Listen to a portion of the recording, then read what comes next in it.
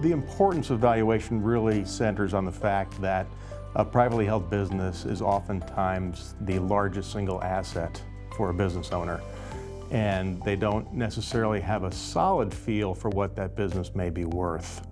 And so we feel it's important that they go through that exercise every now and then just to get an understanding of what drives the value in the business.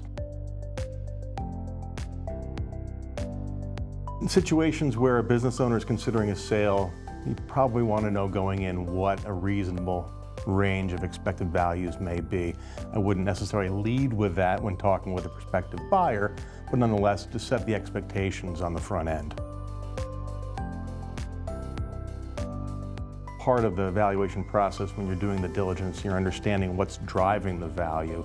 You can also see the factors that are inhibiting or holding the value back. Well, when you do any type of estate planning, you need to have a valuation performed, especially if you're doing gifting of shares to, say, the next generation. So you need to have a comprehensive analysis done at that point in time. It's one of the, there are only a handful of times when I'd say you really need to go through the process of having a fully developed written valuation. Certain litigation scenarios you're going to want to have one, or if you're doing any type of redemption of shares between the company and individuals. The valuation itself, you can do it without having a full written report in certain circumstances. It's not often in the middle market where financing needs a valuation. There are some exceptions. For example, if you're financing an acquisition with an SBA loan of a certain size, you need to have a third-party estimate of value. But for the most part, we don't see a need for evaluation and financing.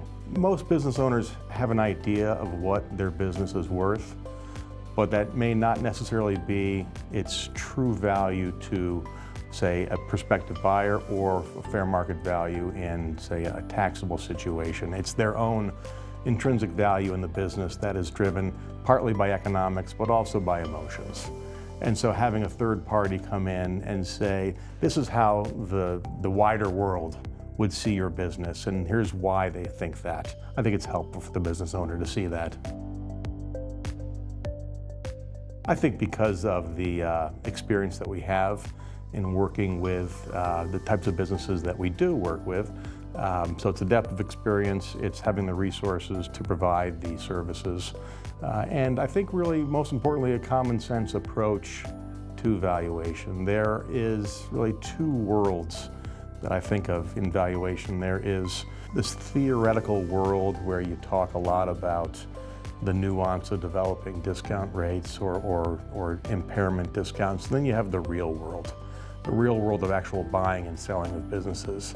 And the two, while they have some similarities, they can be quite different as well. And I think because of our experience operating in both of those worlds so much, we can bring sort of common sense answers to valuation problems. Well, the value is really at its core two things. You've got a sustainable level of earnings and you have a multiple. And you have the earnings times the multiple equals your value. This is sort of in simplistic terms.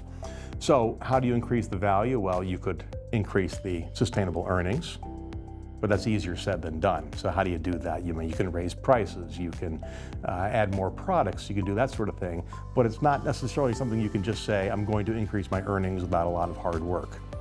Similarly, how do you change that multiple? The multiple is really an assessment of risk in the business. And some of that you can affect, things that are specific to your company. Do you have a marketing plan in place? Do you have a lack of concentration in your customer base? Do you have a fully developed business plan? But there are other aspects of that multiple you can't impact, and those are really driven by the capital markets. So some you can tweak and some you can't. So both of those things, if you can improve one or both of those, you can improve the value of the business.